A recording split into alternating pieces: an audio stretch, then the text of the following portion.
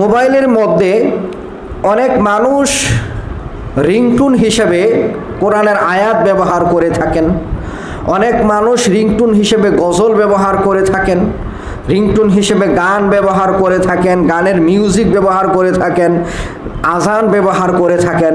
এরকম অনেকে এটাকে রিংটোন হিসেবে এগুলো ব্যবহার করে থাকেন।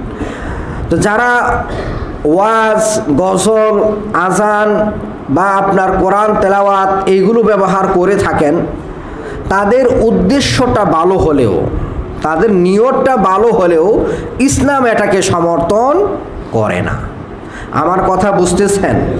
একটু সবারই তো এটা জানা প্রয়োজন, মনোযোগ দিয়ে শুনবেন। যে অনেকে তো ডাইরেক্ট গান ব্যবহার করতেছেন। এখন গান তো সরাসরি হারাম, এটাকে তো আর কেউ হালাল বলতে পারি না আমরা। আল্লাহ রাব্বুল আলামিন সূরা লুকমানের 6 নম্বর আয়াতের দ্বারা